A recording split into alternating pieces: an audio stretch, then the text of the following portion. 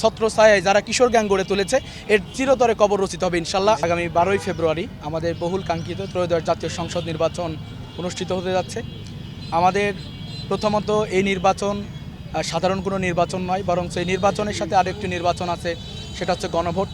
যেই গণভোটের মাধ্যমে বাংলাদেশের যে স্বৈরাচারী সরকার প্রতিষ্ঠিত হয়েছিল সেই সরকারগুলো আর কখনো সামনে আসতে পারবে না। আমরা মনে করি গণভোটে যদি হ্যাঁ জয়যুক্ত হয় তাহলে বাংলাদেশ একটা দীর্ঘস্থায়ী পরিবর্তনের মধ্যে চলে যাবে। গুম খুন হত্যা রাহাজানি সন্ত্রাসের যে রাজনীতি, সেই রাজনীতি চিরতরে কবর রচিত হবে ইনশাল্লাহ। এবং মেধাবীরা এবং সমাজের যারা সম্মানিত শ্রেণী রয়েছে তারা রাজনীতিকে যে ভয় পায়, রাজনীতি থেকে দূরে থাকে। আমরা মনে করি সৎলোক এবং শিক্ষিত মানুষ যদি রাজনীতিতে আসে তাহলে রাজনীতির পট পরিবর্তন হবে ইনশাল্লাহ। তো হ্যাঁ ভোটের পক্ষে সর্বপ্রথম কুষ্টিয়াবাসীর কাছে আমরা ভোট চাই। দ্বিতীয়ত আমাদের এই আসনের যিনি জামাত মনোনীত প্রার্থী, 11 দল সমর্থিত প্রার্থী, যিনি আমাদের মুফতি আমির হামজা ভাই, যাকে সারা বাংলাদেশ এবং বাংলা ভাষাভাষীর পৃথিবীর বিভিন্ন প্রান্তের মানুষ চিনেন।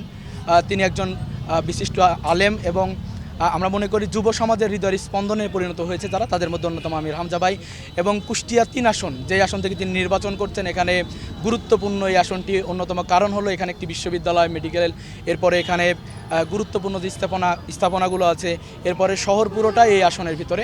তো আমরা মনে করি যে ইন্ডাস্ট্রিয়াল পরিবর্তন করার জন্য এবং মেশিনারিজ থেকে শুরু করে গুরুত্বপূর্ণ বিষয়গুলো কুষ্টিয়ার সাথে উত্তরবঙ্গে জড়িত। আমরা মনে করি যদি ভাই নির্বাচিত হন, এখানে চাঁদাবাজি, মাদক, দুর্নীতি, এরপরে সন্ত্রাস এবং বিভিন্ন ছত্রছায়ায় যারা কিশোর গ্যাং গড়ে তুলেছে এর চিরতরে কবর রচিত হবে ইনশাল্লাহ। আমরা কুষ্টিয়াবাসীর কাছে উদারত আহ্বান রাখি, আমাদের ভাই, আমাদের সকলের প্রিয়, সারা বাংলাদেশের প্রিয় মানুষ, আশা করি কুষ্টিয়ার মানুষ তাদের প্রিয় মানুষ হিসেবে বেছে নেবে এবং সৎ লোককে ভোট দিবে। দাঁড়িপাল্লায় ভোটের মাধ্যমে বাংলাদেশ পরিবর্তনের স্বপ্ন সারা বাংলাদেশের মানুষ দেখছে। আমরা মনে করি কুষ্টিয়াবাসীর ব্যতিক্রম হবে না।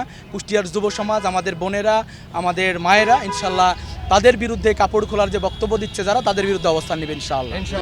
নির্বাচনের সংখ্যার ব্যাপারে আমরা মনে করি যে এবার নির্বাচন সুস্থ এবং সুন্দর নির্বাচন হবে। প্রশাসনের দিক থেকে যথেষ্ট প্রস্তুতি রয়েছে। আমরা চাই সকলে ভোট কেন্দ্রে আসুক এবং ভোট দিক। যদি কেউ কোনো দুষ্টু মানুষ মনে করে যে বিশৃঙ্খলা তৈরি করবে, আমি মনে করি যে এটার জন্য যে ভয় তারা পাচ্ছে আমাদের মা বোনরাই মোকাবেলা করবে ইনশাআল্লাহ।